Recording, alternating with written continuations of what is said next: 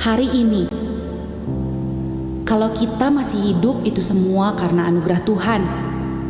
Setelah berapa lama kita mendengar kabar yang mencekam tentang penyakit dan kematian. Gelombang demi gelombang mencekam menggetarkan sukma. Penyakit merajalela memisahkan manusia dengan sesama. Anak dan orang tua, tetangga bahkan datang ke gereja dengan penuh curiga. Hari ini kalau kita masih hidup itu semua Tuhan punya rencana. Kalau kita masih bisa bernafas dengan leluasa, pasti ada rencana dari sorga. Kita hidup untuk apa? Kita hidup untuk siapa?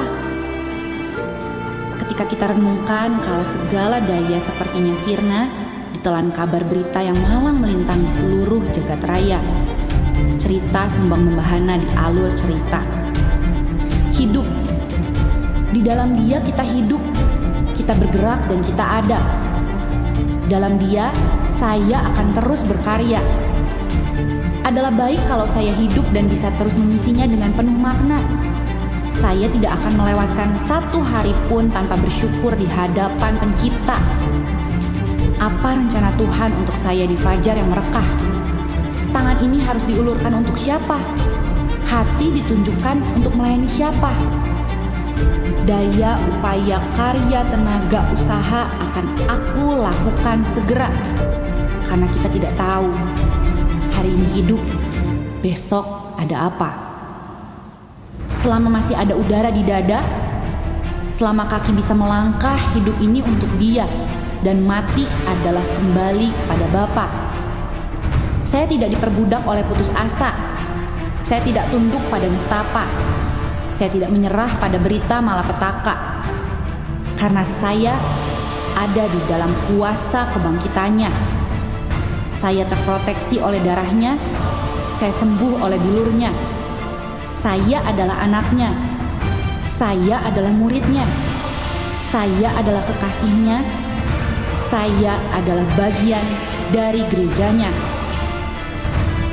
Alive to do good. Alive to connect with God. Alive to make disciples. It is good to be alive. I am blessed. I am redeemed. I am alive to bless others. I am grateful to be alive.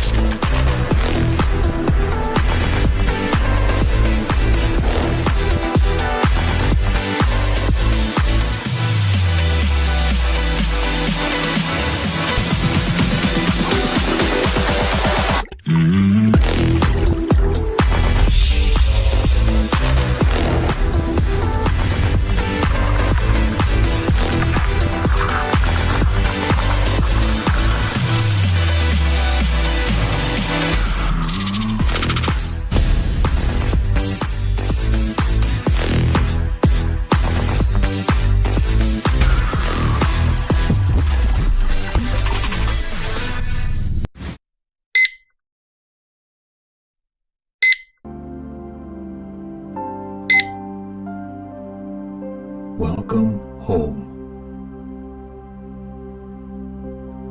Shalom, selamat pagi saudaraku. Mari kita datang menyembah Tuhan. Kita persiapkan hati kita untuk menghadap Tuhan. Selamat pagi Yesus, terima kasih buat kasih-Mu, buat anugerah-Mu, buat penyertaan-Mu kepada kami di pagi hari ini Tuhan. Kami datang berkumpul di tempat ini Tuhan hanya untuk memuji dan memuliakan dan menyembah Engkau Yesus. Engkau bersama-sama dengan ibadah kami di pagi hari ini. Dalam nama Tuhan Yesus kami berdoa. berdoa dan mengucap syukur kepadamu. Haleluya. Amin.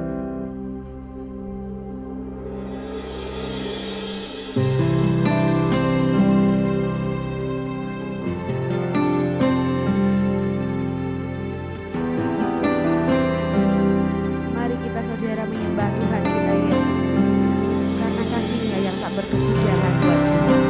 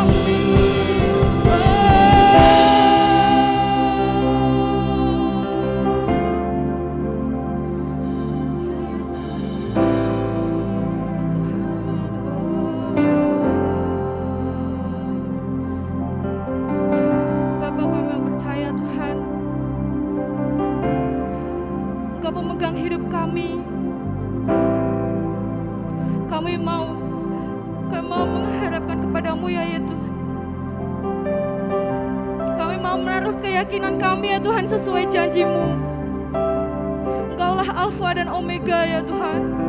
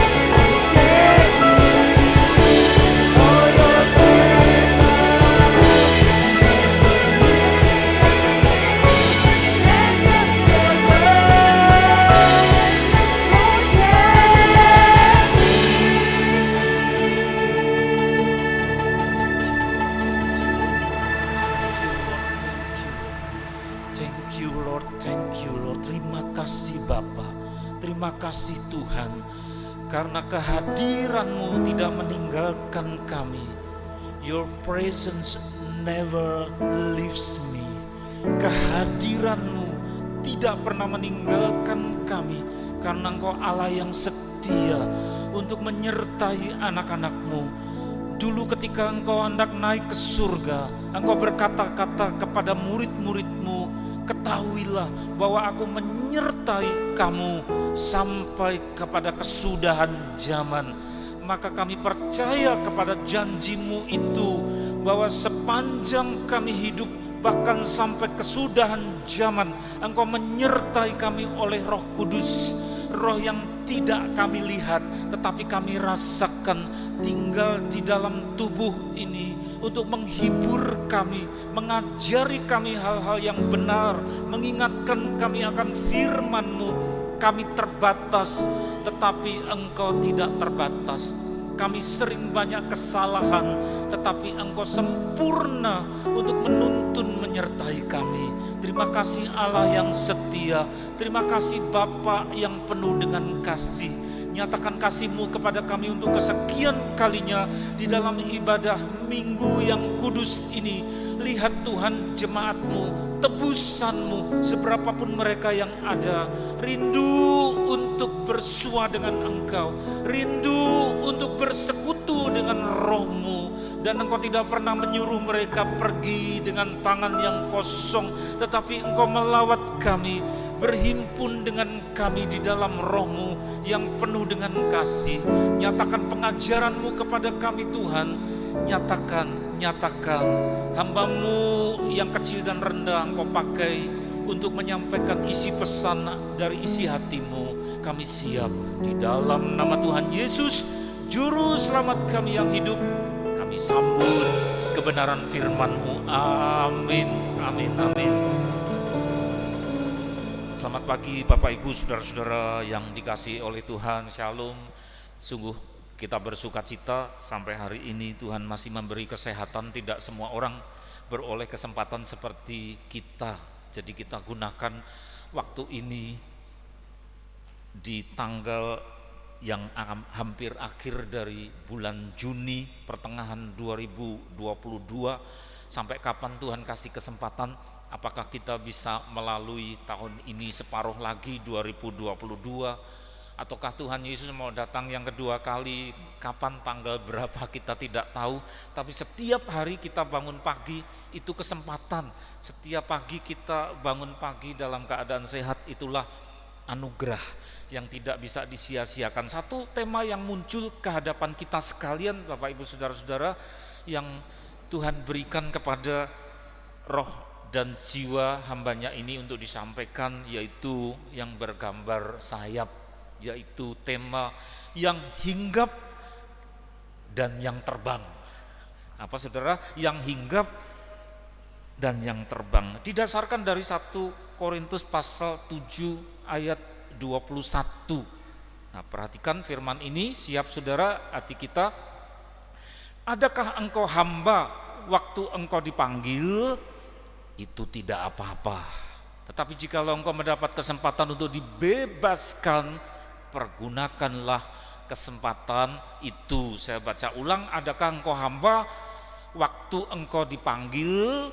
Itu tidak apa-apa, never mind. Tetapi jikalau engkau mendapat kesempatan untuk dibebaskan, pergunakanlah kesempatan itu. Nah saudara, status hamba itu ada bermacam-macam bentuk. Tidak selalu itu status berupa posisi seseorang di mana dia harus diperintah menjalankan tugas, lalu laporan, mempertanggungjawabkan apa yang dia kerjakan kepada majikan, kepada tuan. Itulah status hamba, status bawahan, di mana diperintah-perintah, diatur oleh seseorang, di mana kemerdekaannya dibatasi, di mana garis besar dari seluruh hidupnya adalah kewajiban, maka itu status hamba. Tetapi juga ada yang memperhamba dalam bentuk yang lain, di mana orang dibatasi oleh tembok, di mana dia harus bisa mengerjakan apa yang terbatas sekali dan tidak bisa terlalu leluasa karena ada sesuatu yang dipatok, ada sesuatu yang sudah didikte, diplot, sehingga dia hanya bisa mengerjakan apa yang sudah ditentukan untuk dia, maka dia diperhamba, saudara. Ada orang yang bukan diperhamba oleh majikan, oleh tuan, tetapi oleh situasi. Situasilah yang membuat gerak-gerik seseorang, ruang gerak dan karya-karya kreativitasnya bahkan tidak semua bisa direalisir, saudara. Maka orang tersebut diperhamba oleh situasi, mungkin karena seperti saudara-saudara kita yang sebenarnya banyak yang saleh rindu kepada Tuhan, tapi dia hidup di negara komunis Korea Utara. Mau hormat kepada Tuhan tapi harus hormat kepada foto yang gambarnya pemimpin mereka yang gemuk itu. Atau saudara-saudara kita hidup yang di Beijing, yang di negara yang katanya maju secara teknologi, bisa ke bulan, ke Mars, tapi ibadah saja pendetanya tidak boleh bicara Injil. Tapi yang dikhotbahkan cuma ketekunan bekerja, kejujuran, dan dijaga oleh tentara yang kalau sampai bicara Injil katakan membahayakan partai komunis, saudara, sehingga terpaksa saudara-saudara kita juga ada yang dari gereja ini satu sinode, kalau ibadah itu namanya party, sehingga kalau polisi datang, apa ini acara, mereka sudah harus siap dengan makanan-makanan, minuman. Kami party, jadi pesta, nyanyi tidak bisa keras-keras, alun-alun, dengan takut nanti ditangkap karena diperintah di bawah pemerintahan partai komunis. Dan satu sinode dengan kita, dan masih ada banyak lagi dari sinode lain yang pindah-pindah di dalam rumah. Ada pula di negara yang lain yang di hutan, sampai saya melihat foto terharu sekali, tanah di dekat papringan, saudara, tempat pohon-pohon bambu itu dicangkuli sedikit, kaki masukkan sehingga mereka bisa duduk di tanah. Lalu ada satu orang cuma sarungan, tidak pakai baju, bacakan Alkitab, berdoa, mengajarkan Injil, lalu dua orang jaga nanti kalau ada polisi.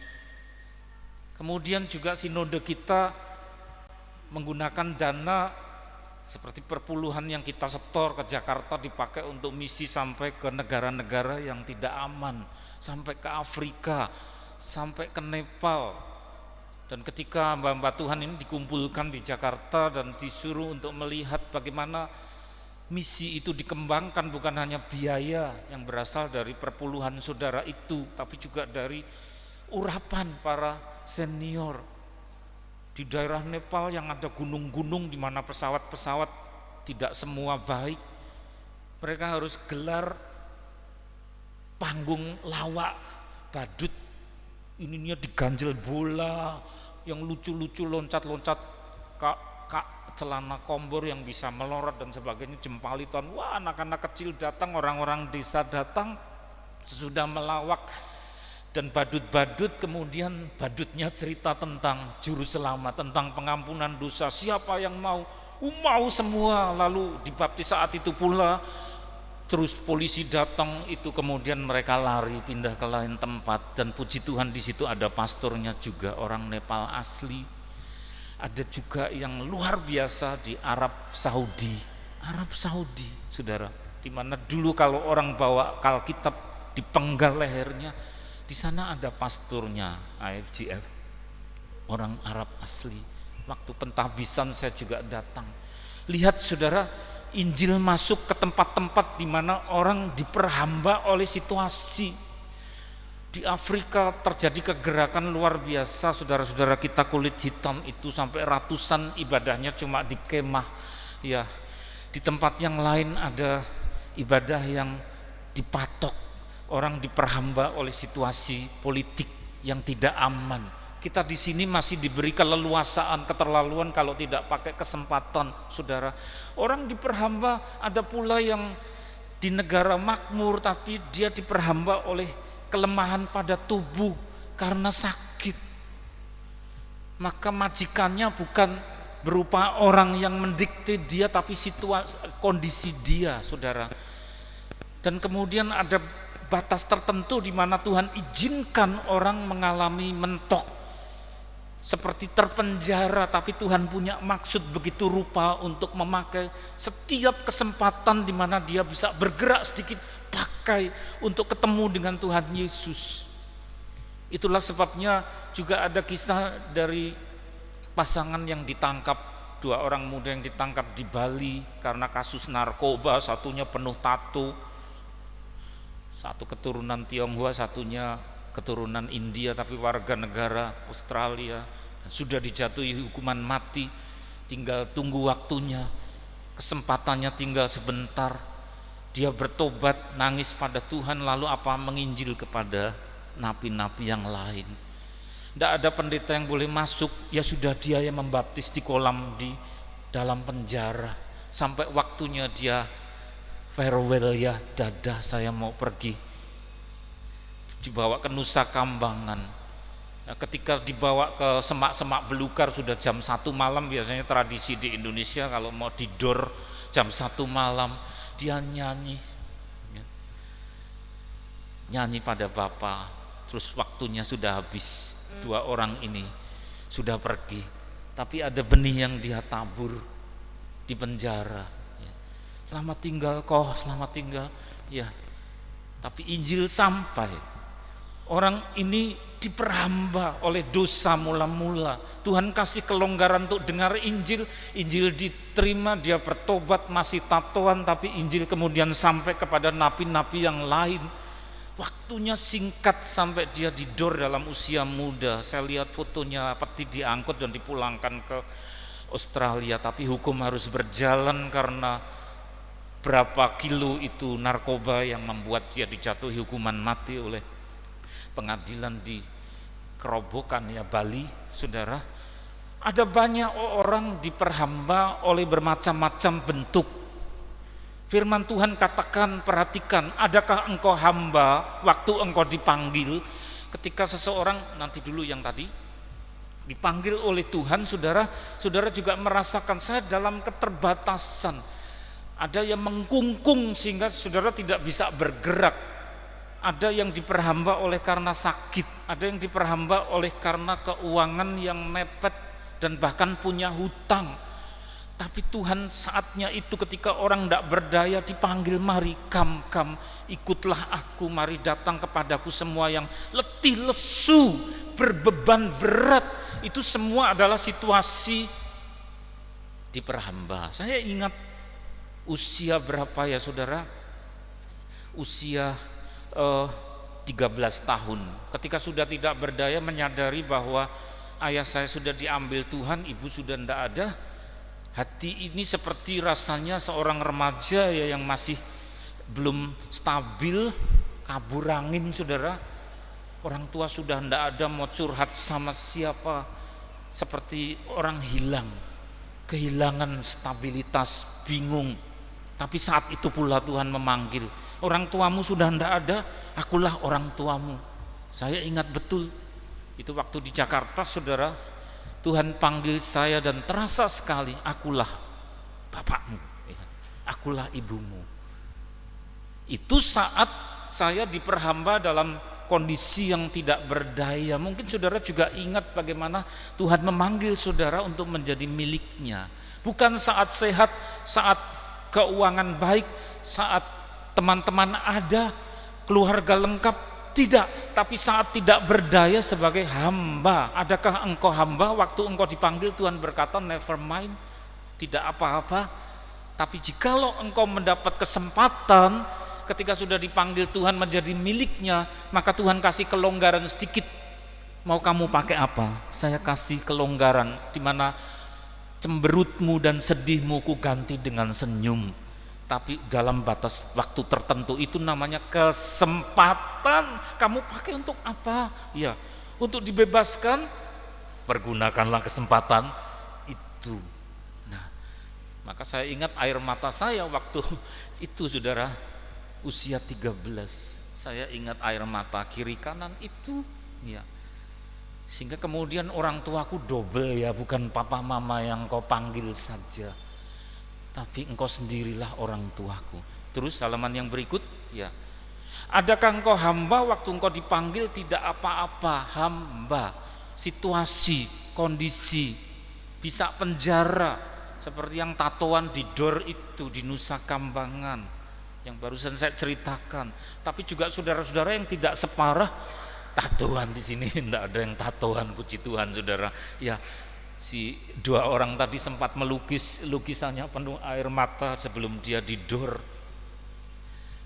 di Nusa Kambangan. Tapi saudara bisa melukis, ya, pergunakanlah kesempatan. Waktu sang hamba ini punya kelonggaran sedikit. Terus lihat lagi Kolose, sekarang pindah ke Kolose. Hiduplah dengan penuh hikmat. Nah, ini adalah yang namanya waktu Tuhan kasih kelonggaran, pakai dengan hikmat. Jangan disia-siakan. Tahu-tahu kalau kita mendapati kita tidak penuh hikmat, lu ubahnya sudah banyak, lu ya, tapi tidak saya pakai kesempatan yang Tuhan sudah berikan. Tahu-tahu tambah tua. Kulit yang tadinya halus kemudian mulai keriput, pipi melorot, apa-apanya melorot. Tapi kemudian, oh iya ya, waktunya makin sempit. Kapan saya dipanggil oleh Tuhan, waktunya makin sempit. Apa yang Tuhan sudah beri, adakah hikmat? Maka kemudian di sini adalah yang namanya hiduplah penuh hikmat, itu menunjuk kepada kelonggaran tadi. Terhadap orang-orang luar, artinya kita juga harus bisa memberi kesan seperti garam kepada orang lain, terhadap orang-orang luar yang membaca kitab terbuka ini, yaitu hidup kita. Pergunakanlah waktu yang ada. Terus, nah saudara, di situ di teks aslinya, karena saya berusaha untuk teliti, tidak semua harus seperti itu. Exagorazomenoi ton kairon hoti ai hemerai ponerai estin, itu kemudian diterjemahkan pergunakanlah kesempatan yang ada, teks dalam Perjanjian Baru, karena hari ini adalah apa? Jahat. Kata kunci yang dipanah pakai panah merah yaitu bunyinya kairon, dari kata kairos.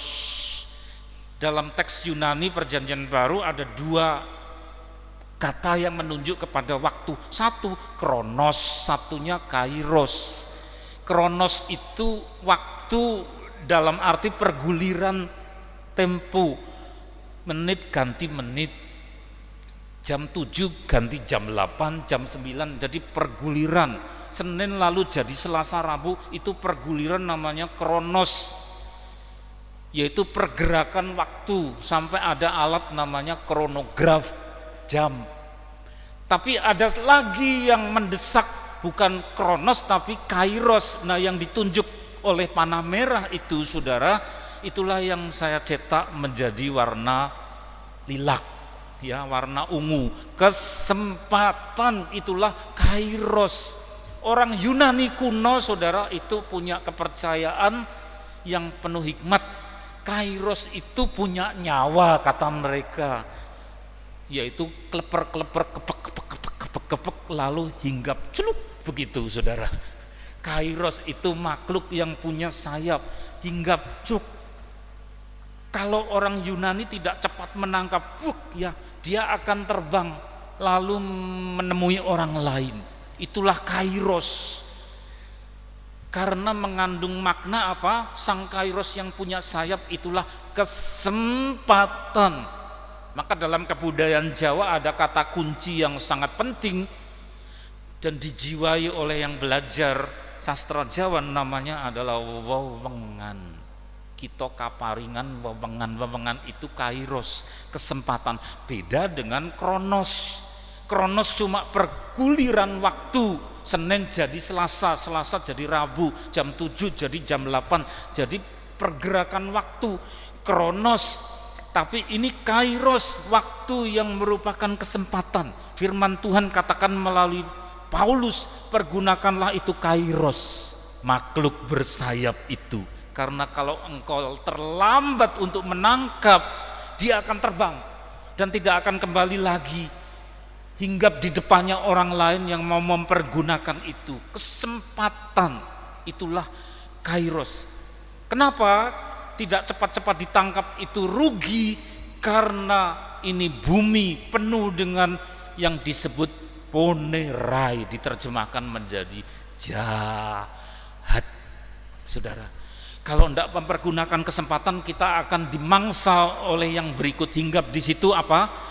Jahat, poneros. Ya, kairosnya sudah pergi, disusul oleh yang hinggap namanya poneros, sesuatu yang jahat. Ya, tiap orang punya jatah untuk digoda dengan yang jahat-jahat atau poneros itu dalam bermacam-macam bentuk. Entah saudara diincar copet, diincar garong. Garong tidak selalu harus kucing, saudara. Ya, banyak garong itu manusia. Ada banyak yang namanya macam-macam hal kekerasan yang mengancam keselamatan saudara, padahal tidak menangkap kairos. Maka sering banyak orang rugi hidupnya itu karena cepat tua, terus berlanjut kronosnya, makin tua, tapi setiap kali Tuhan kasih kesempatan tidak dipakai, sayang. Maka dimangsa orang itu oleh yang namanya poneros, yang jahat. Terus kita lihat berikut, saudara. Saya terkesan dengan wajah wanita ini, saudara, yang berlomba dengan kairos. Itu aslinya memang hitam putih. Pergunakanlah kesempatan, karena sejak muda punya saudara-saudara banyak, terus diberi pendidikan juru rawat, lalu belajar sedikit demi sedikit di satu rumah sakit milik Belanda, rumah sakit Sending, menjadi yang mendampingi dokter mata, terus dipindah ke bagian lain, pindah lain. Lah ketika gilirannya ada rombongan untuk naik tingkat, saya tidak tahu modelnya, rankingnya.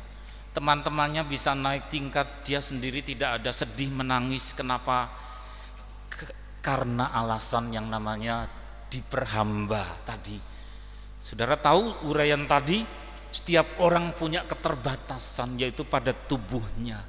Kamu tidak lulus karena ada keterbatasan pada tubuhmu. Kalau memaksa diri, nanti tahu-tahu kolaps, jatuh bagaimana? Sekuatmu, ya sudah, terus bekerja. Ya saudara, dokter mata, ya lalu dipindah lagi di laboratorium, terus berikutnya. Terus dia mulai bertanya-tanya, nanti dulu. Terus dia bertanya-tanya, terus kalau ini begini terus tubuhku, sampai kapan ya saya beroleh kesempatan untuk bekerja?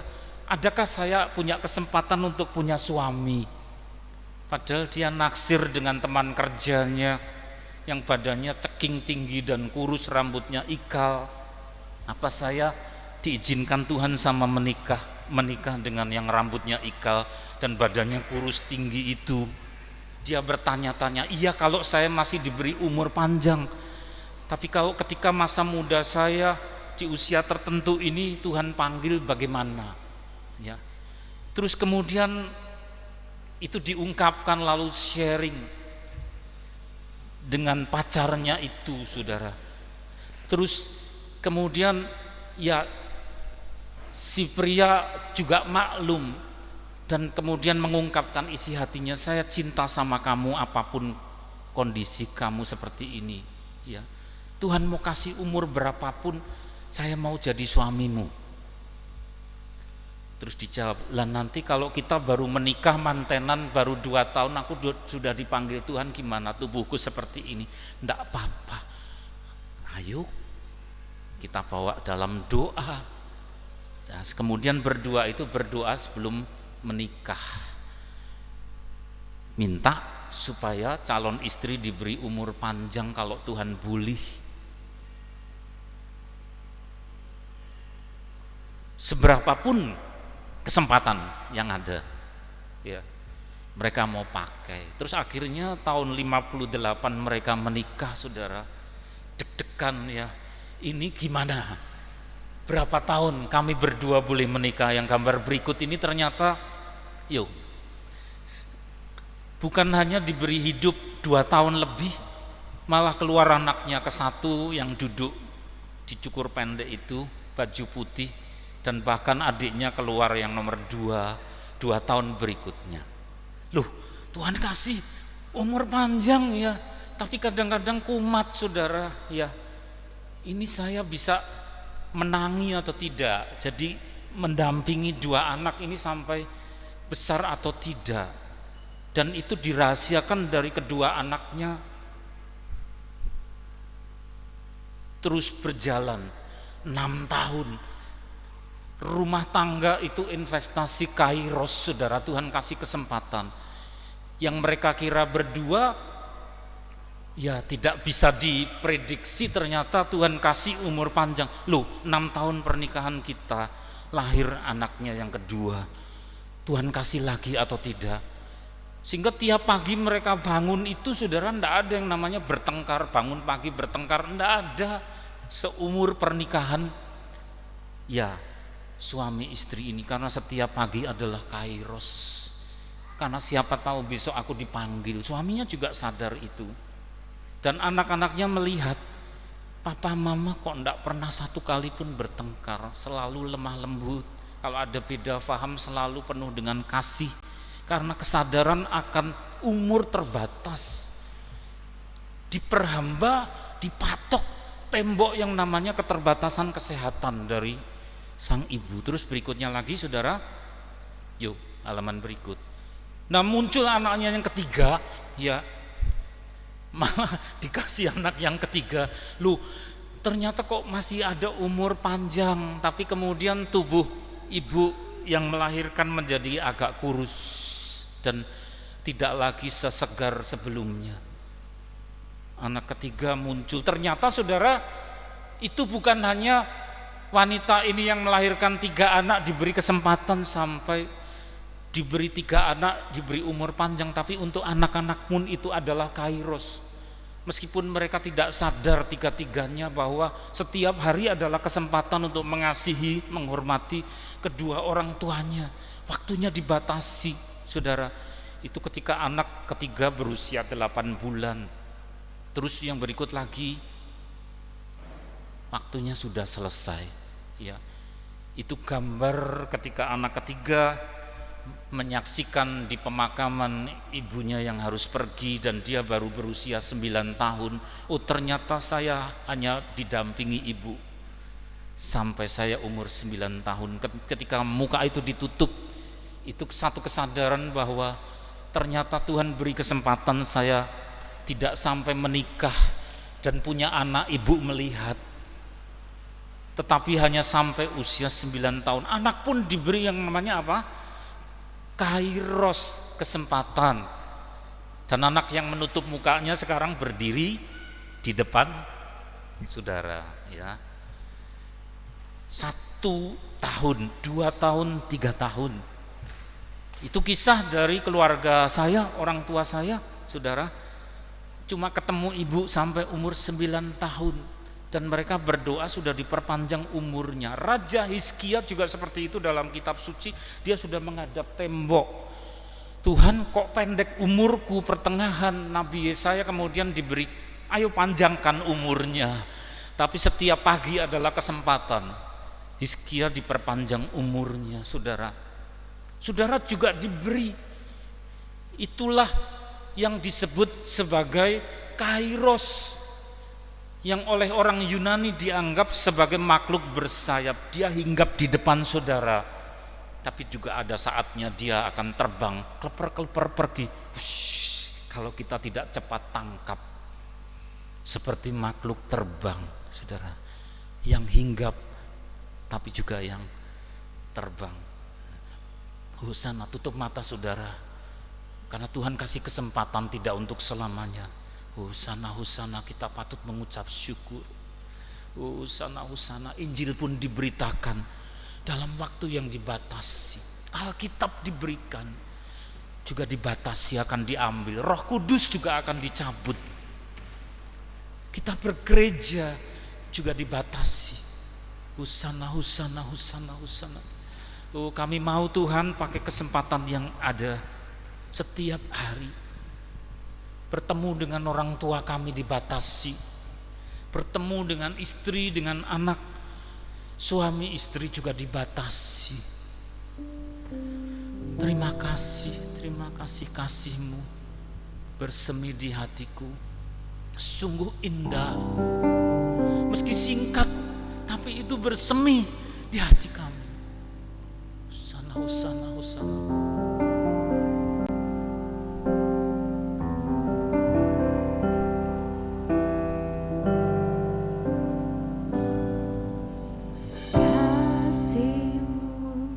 Bersemi di hatiku, Oh yes. sungguh indah dan mulia. Damai-Mu bersemi di hatiku, tenggelamku di hadirat-Mu. Engkau terindah. Engkau terindah, termegah, termulia, termanis. Oh Yesusku, hadirat-Mu menghanyutkanku, bawaku dekat padamu.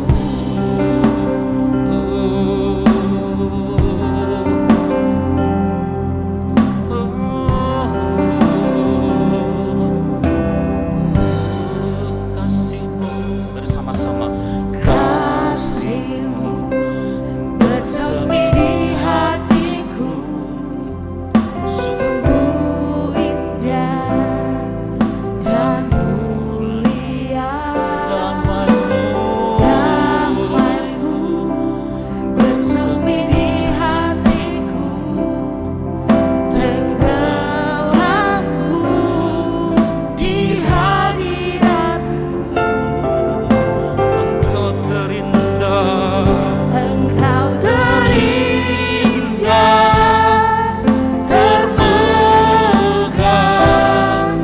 termulia, termanis. Oh Yesusku, hadirat-Mu menghanyutkanku, bawaku dekat padamu.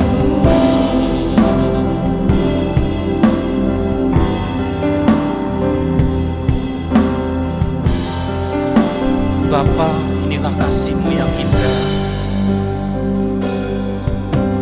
Kasih-Mu bersemi di hatiku, sungguh indah dan mulia. damai-Mu Damai-Mu bersemi di hatiku, tenggelamku di hadirat-Mu. Engkau terindah, Termegah, termulia, termanis. Yesusku, oh Yesusku, hadirat-Mu menghanyutkanku, bawaku dekat padamu. Rala ya masih karalu.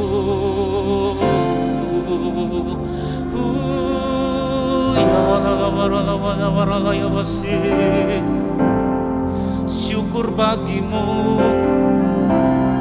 syukur bagimu. Kesempatan sekecil apapun itu anugerah dari Engkau. Setiap hari adalah anugerah bagi kami. Yang tidak akan datang lagi besok. Syukur. Maka ketika kami bangun pagi dalam keadaan sehat, bisa memandang orang-orang yang kami kasihi, itu anugerah. anugerah itu kasih-Mu. Kami tidak mau sia-siakan, kami tidak mau untuk merusak itu dengan bertengkar, bermusuhan.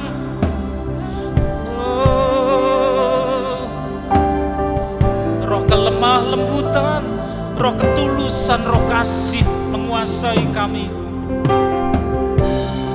Hirala barala ya barala waso.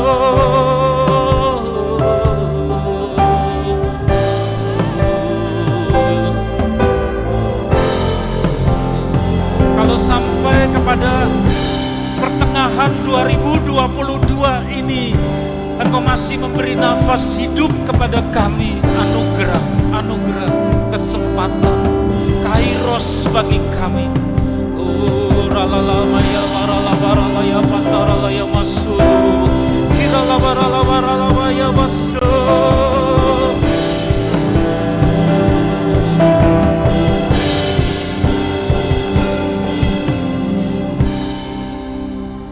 Bapak, kami mau mengucap syukur dalam bentuk persembahan dengan rasa cinta, karena tidak semua orang bisa mengaturkan dan mengunjukkan persembahan, tapi kami mau berikan dengan tersenyum hormat kepadamu dan kasih kepadamu dalam nama Tuhan Yesus.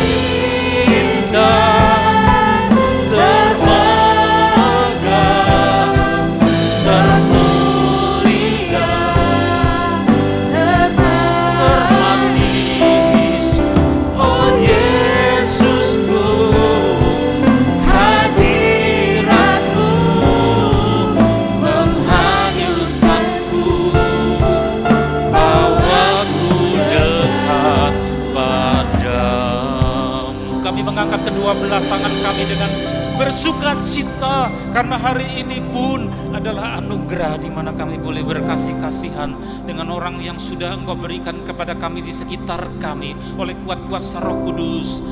Mari saudara-saudara mengangkat tangan dan mengarahkan hati kepada Tuhan.